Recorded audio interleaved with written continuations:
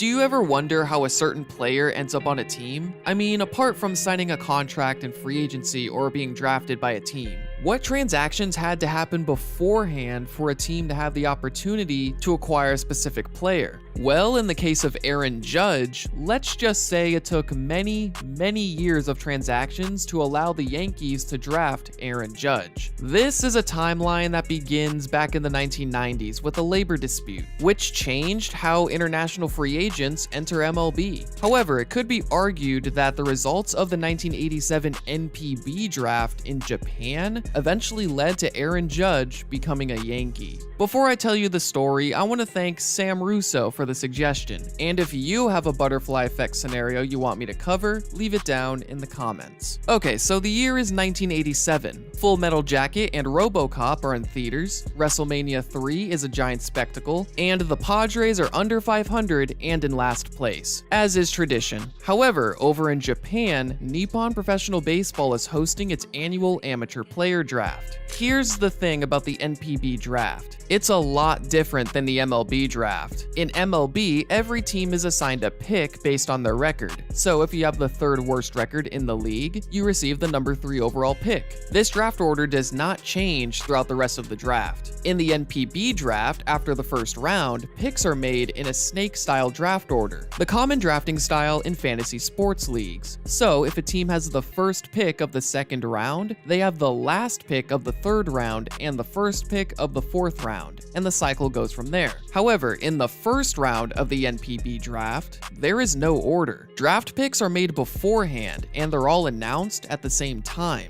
What's the catch? Multiple teams can draft the same player. So if 2 or 3 teams pick the same player, team representatives reach into a box and pick an envelope. One of those envelopes holds the winning ticket, and the team with that winning ticket picks the player. The losing teams draft someone else until every team has picked a player in the first round. Pretty cool concept, right? Well, let's see it in action. It's the 1987 NPB draft, and teams are ready to pick. In this draft, there were 4 different instances where multiple teams drafted the same player, 2 pitchers and 2 infielders. However, the player we want to focus on is pitcher Hideki Irabu, who was drafted by only one team, the Lotte Orions. Irabu went on to have a great career in Japan. However, after spending his whole career with the now named Chiba Lotte Marines, Irabu wanted to further his baseball career.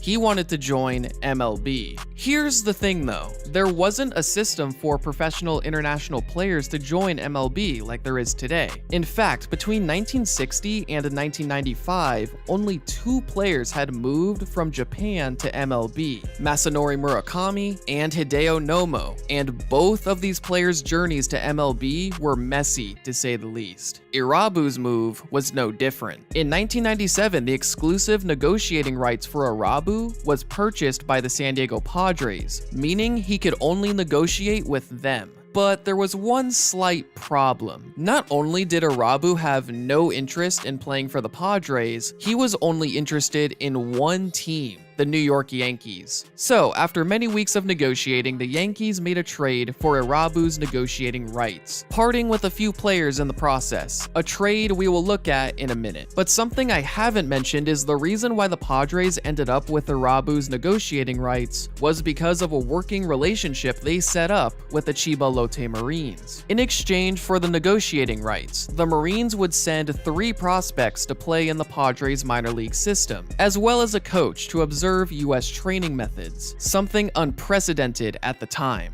10 years earlier in the 1987 NPB draft, the Lotte Orions were the only team that selected Irabu, but they weren't the only team that selected a pitcher. Of the 4 players that were selected by more than one team in the first round, 2 of them were pitchers, meaning if any of the 5 teams that selected these 2 pitchers decided to draft Irabu instead and they won his draft rights, baseball history could look much different. Well, maybe the 3 losing teams were drafting the best player available instead of position. Well, no, because all three of them still ended up with a pitcher in the first round. Now, there's a reason why this part of the story is not on the Butterfly Effect bulletin board, and that's because there are a few what-ifs. Like, if Irabu was drafted by someone else, maybe some sort of negotiating dispute still happens. But I still think this part of the story is important enough to include, and it's just fun to think about. So, back to the Padres-Yankees trade. The Padres received Ruben Rivera, Rafael Medina, and $3 million, while the Yankees received Irabu's negotiating rights, Homer Bush, Gordy Emerson, and Vernon Maxwell. Emerson never made the big leagues, and Ruben Rivera is best known for this incredible bit of base running.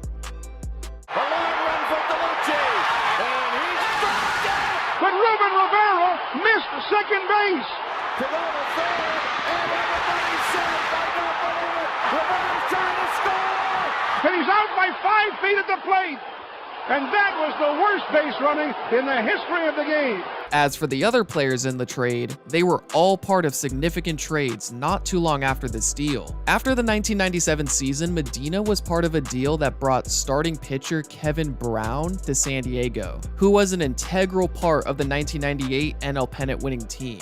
And less than 2 years later, Homer Bush was part of a trade that brought Roger Clemens to New York. Still, what matters to this story is Irabu heading to New York. He signed a multi-year deal and had all the hype in the world. But let's just say this clip accurately describes Irabu's tenure in New York. Call George Steinbrenner to the stand.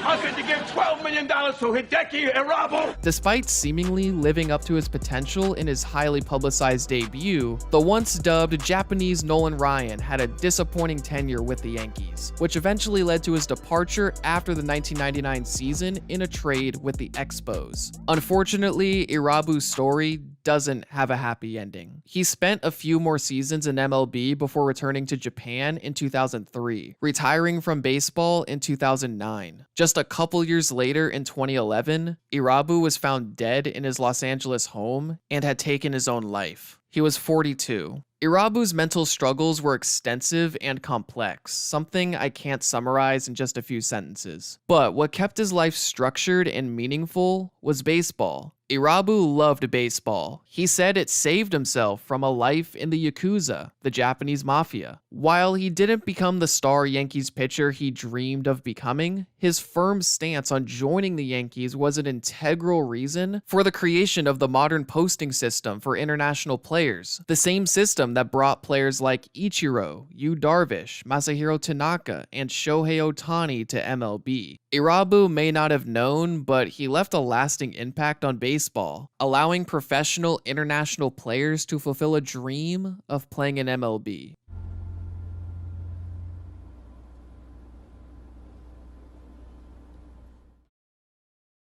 In the trade with the Expos, the Yankees received 3 players. Parker only played 1 game for the Yankees, and Lily's best years were all after his tenure with the Yankees, which leaves 1 player, Jake Westbrook. While he only played 3 games with the Yankees, he's actually the player that moves this timeline along, as in mid-2000, he and a couple other players were traded to the Cleveland Indians for veteran outfielder David Justice. Fun fact, Westbrook spent a decade in Cleveland before being traded to the Cardinals at the 2010 trade deadline, the same trade that sent Ryan Ludwig to San Diego and pitching prospect Corey Kluber to Cleveland. Just an observation. Back to the Justice trade. This trade caught everyone by surprise, including Justice, as it was rumored the Yankees were originally interested in Sammy Sosa and Juan Gonzalez, but I think the Yankees did just fine with Justice as their new power bat. We didn't know it yet, but this was the end of this Yankees dynasty, as they lost in heartbreaking fashion in 2001. Or maybe it wasn't heartbreaking. It really depends on your feelings on the Yankees. At the same time, David Justice regressed hard, and the Yankees didn't want to keep paying him,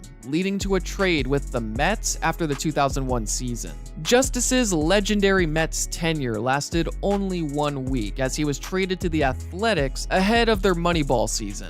As for the Yankees, they received veteran third baseman Robin Ventura. Like Justice, Ventura's tenure with the Yankees was short. In 2002, he was an all-star, but he regressed the following season, which led to a mid-season trade with the Dodgers, a trade that brought two players to New York, Bubba Crosby and Scott Proctor. Here's another fun fact. Since the Yankees now had a hole at third base at the trade deadline, they had to find someone pretty quickly. Well, on the same day they traded Ventura, they also traded for Aaron Boone, who not only hit one of the most iconic home runs in playoff history, but he tore his ACL in the offseason, leading to the Yankees trading for Alex Rodriguez. Take that as you will. So, Proctor and Crosby are the newest Yankees. They each spent a few seasons with the team, but Proctor turned into the more productive player, leading all American League pitchers in games played in 2006. However, in the following season, Proctor was traded back to the Dodgers for infielder Wilson Bettamy to add another bat to the bench. However, his contributions to the Yankees lineup weren't as expected, so a year and a half later, Bettamy was traded to the Indians in a deal for Nick Swisher. Swisher had a down year in 2008, but Yankees director of quantitative analysis, Michael Fishman,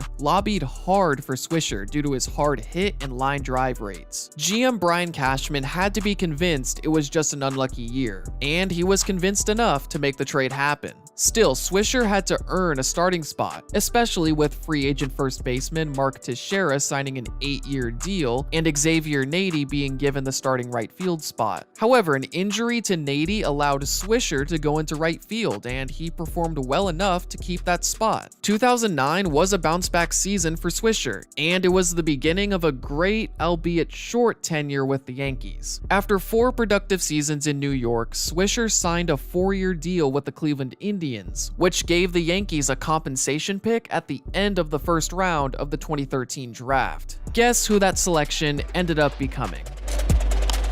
Driven deep to left. There it goes. See ya.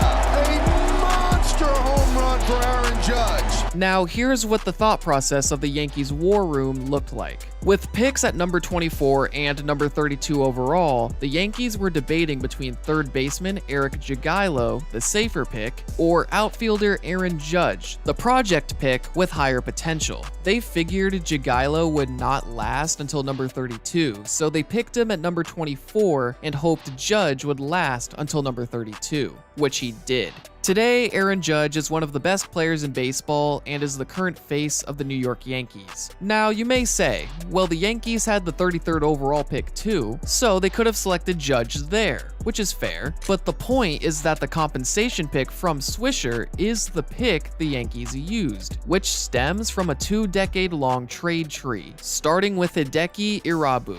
Who would have thought that Irabu's insistence on playing for the New York Yankees would not only affect how international players sign for MLB teams, but also give the Yankees a superstar power hitter 2 decades later.